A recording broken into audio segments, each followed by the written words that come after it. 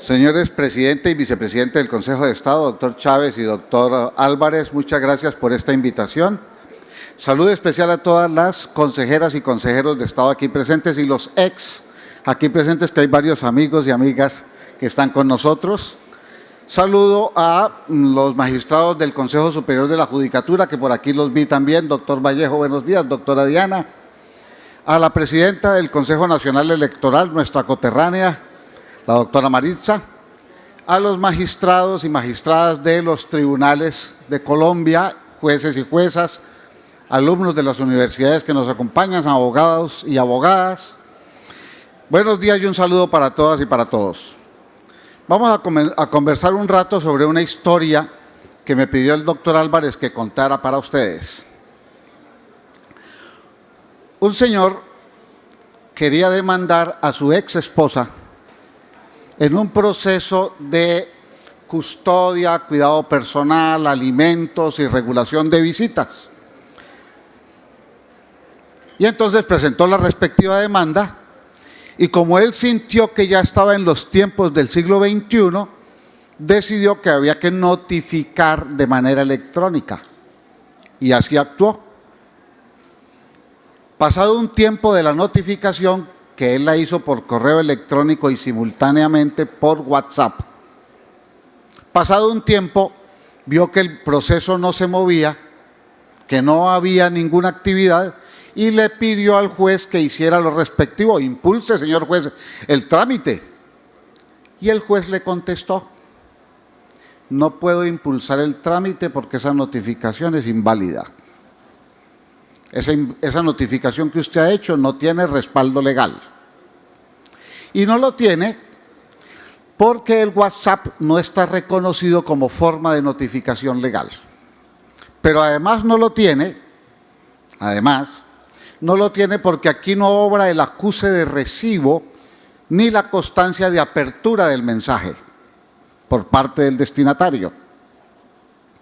Y además no lo tiene, y le sacó una lista importante de razones de por qué esa notificación no tenía ningún valor. Se hizo toda la discusión procesal y al fin tuvimos la oportunidad de conocer el asunto.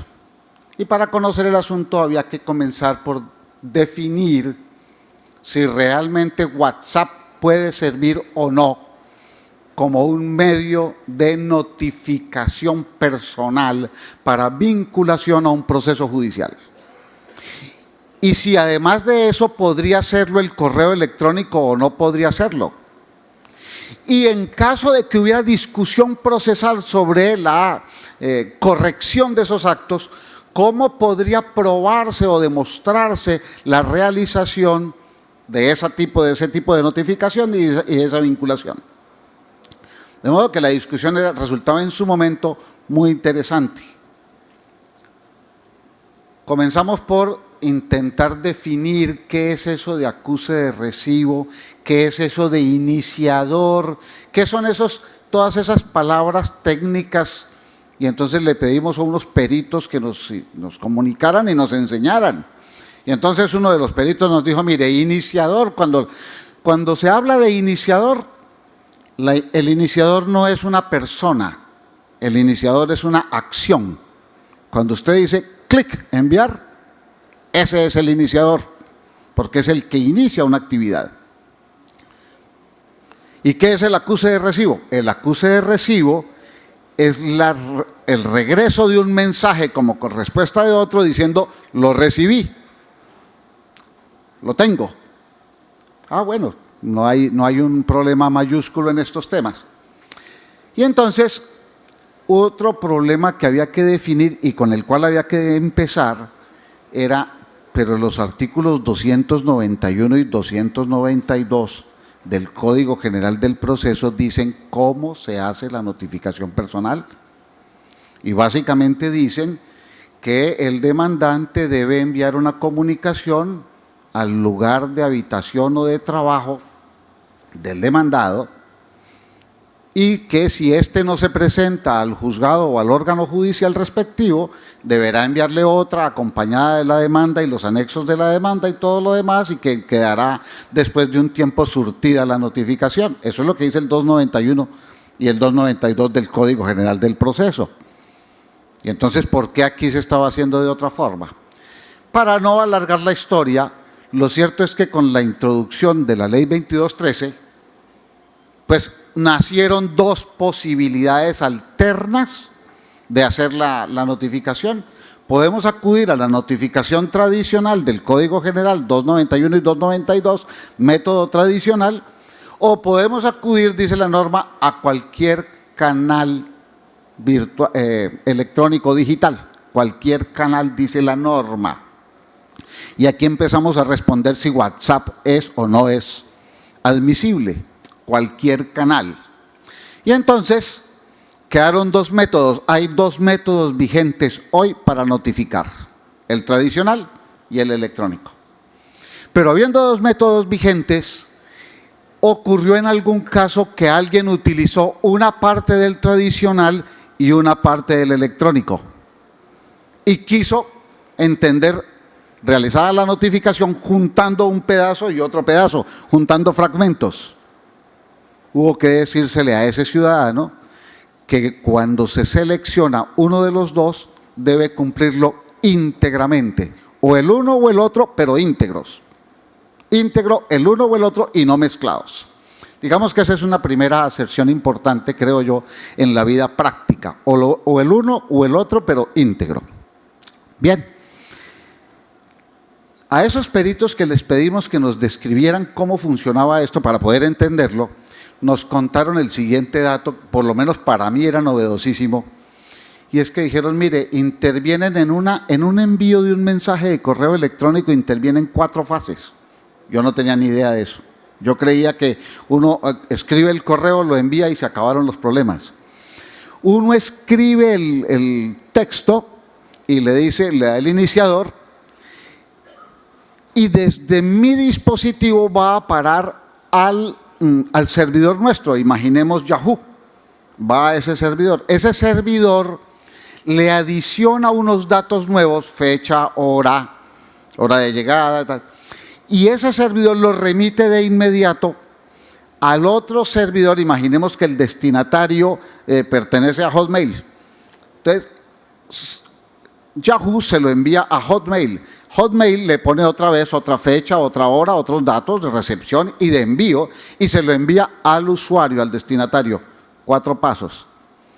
Si hubiera que exigir acuse de recibo, deberíamos tener 4 pasos de regreso para que se cumpliera todo el panorama. Sin embargo, la ley 2213 le dijo al demandante, cuando escogemos ese sistema de notificación electrónico, le dijo al demandante, mire demandante, yo le acepto que usted notifique electrónicamente, pero antes de notificar usted me cumple 3 cargas especiales. Cumplidas las 3 cargas, yo le entiendo y le presumo por buena fe que usted lo ha hecho bien. Primera carga, bajo juramento infórmeme cuál es el canal electrónico del destinatario. Bajo juramento dígame cuál es el canal electrónico y la dirección exacta. Es el correo electrónico tal. Segundo, dígame cómo lo consiguió. Este es un tema que uno al principio, cuando uno lo veía inicialmente, le parecía extrañísimo. Dígame cómo lo consiguió. Pues claro, está bien, hay que decirle al juez, en este caso, oiga, lo conseguí porque es que, por ejemplo, yo tengo comunicaciones cruzadas, por eso es que sé. Y tercero, tráigame una prueba. La ley 2213 le dice, y tercero, tráigame una prueba, pruébeme que ese es. Entonces, claro, uno tendrá que llevarle la demostración, mire, este es el correo con el que hicimos un negocio, un contrato, lo que sea, mire, aquí fue, o este fue el WhatsApp, lo que sea. Con esos elementos se envía la comunicación y de entrada ya la ley presume que está hecha la comunicación y que fue bien hecha y que la notificación está bien hecha. La norma, cuando uno la lee de entrada, da la idea de que habría que esperar el acuse de recibo, es decir, la respuesta diciendo, lo recibí. Da la idea, en principio, cuando uno la mira en la primera mirada. Sin embargo, cuando uno mira con más cuidado, se encuentra con otra norma que dice: los días que corren para contestar la demanda comienzan a correr vencidos 2 días después del envío de la comunicación. Envía la comunicación y vencidos 2 días comienza a correr el término de contestación, los términos que tiene el demandado. Pues ante esa circunstancia uno encontraría que ¿cómo así que le exigimos una cosa y luego le decimos que no? O que aparentemente no. Resulta que lo del acuse de recibo es un tema para después y ya vamos a ver. El demandado, si entiende que fue mal notificado, si entiende que hay una discusión ahí, tiene la opción de proponer la nulidad, pero la ley 22.13 dice: proponga la nulidad bajo juramento, otra vez el juramento, es decir, otra vez le creemos de entrada. Proponga la nulidad bajo juramento y luego sí vamos a probar si se hizo o no se hizo adecuadamente todo el tema de la comunicación. Pero primero hágalo de esa manera. Y entonces aquí entra un nuevo capítulo que es interesante. ¿Cómo probamos que esa comunicación sí está hecha conforme a la ley? ¿Cuál es la prueba? Y entonces una gran discusión, por lo menos en este caso, era: recuerden que el juez de entrada le dijo: usted no puede comunicar por WhatsApp porque eso no está reconocido legalmente. Y entonces el primer problema es saber, oiga, ¿yo cómo le pruebo al juez? Pues la manera de probarle al juez que yo envíe una comunicación por WhatsApp es tomar un pantallazo, una captura de pantalla y enviársela. El juez, mire, aquí está. Sí, pero ¿eso sí es prueba?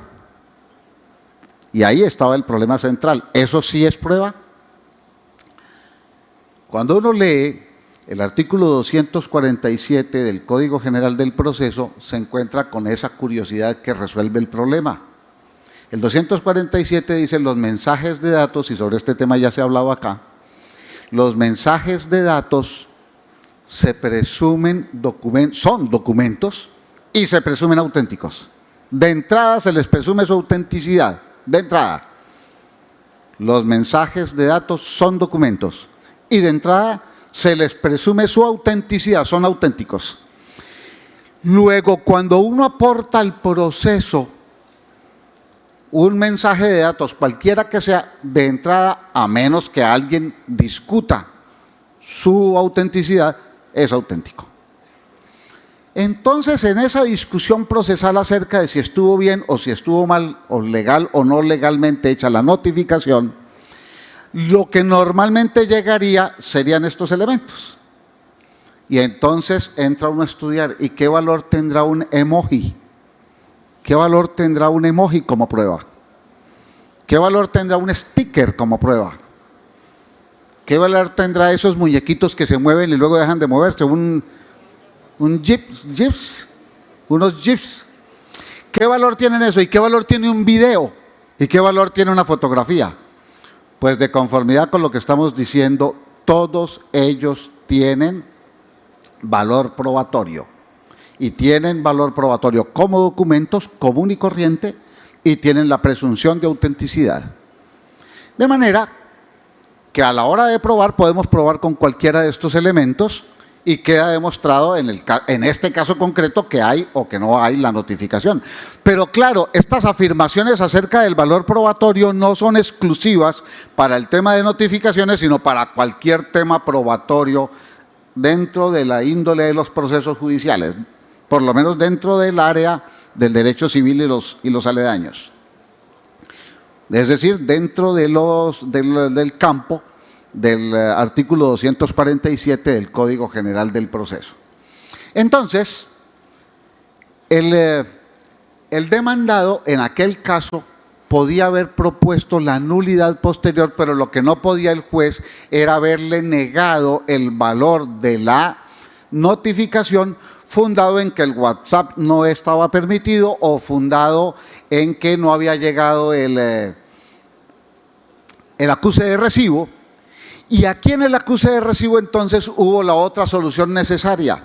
El acuse de recibo sí es necesario, pero después, en el evento de discutir sobre la notificación, entonces podemos traer el acuse de recibo y verificar si existe o si no existe, cuándo llegó, cuándo, cómo no, pero eso es posterior, porque insistimos con la presunción inicial fundada en las 3 cargas que tiene el demandante, ya presumimos que la notificación está bien hecha y ahora es la carga del otro.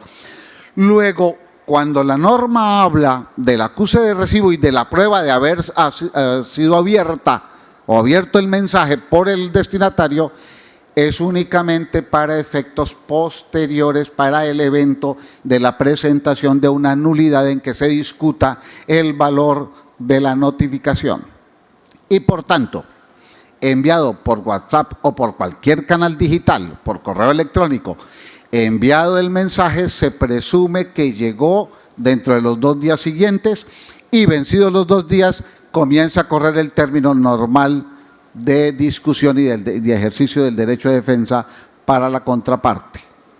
Se discutirá después, si fuera del caso, el tema correspondiente de estas pruebas. Yo creería que uno de los elementos fundamentales de estas discusiones está precisamente en establecer cuál es el valor probatorio de este tipo de comunicaciones que las estamos teniendo todos los días y que las tenemos coloquialmente y tranquilamente, y a veces desconocemos que estamos generando pruebas a favor o en contra todos los días y a toda hora. A todas y a todos, muchísimas gracias.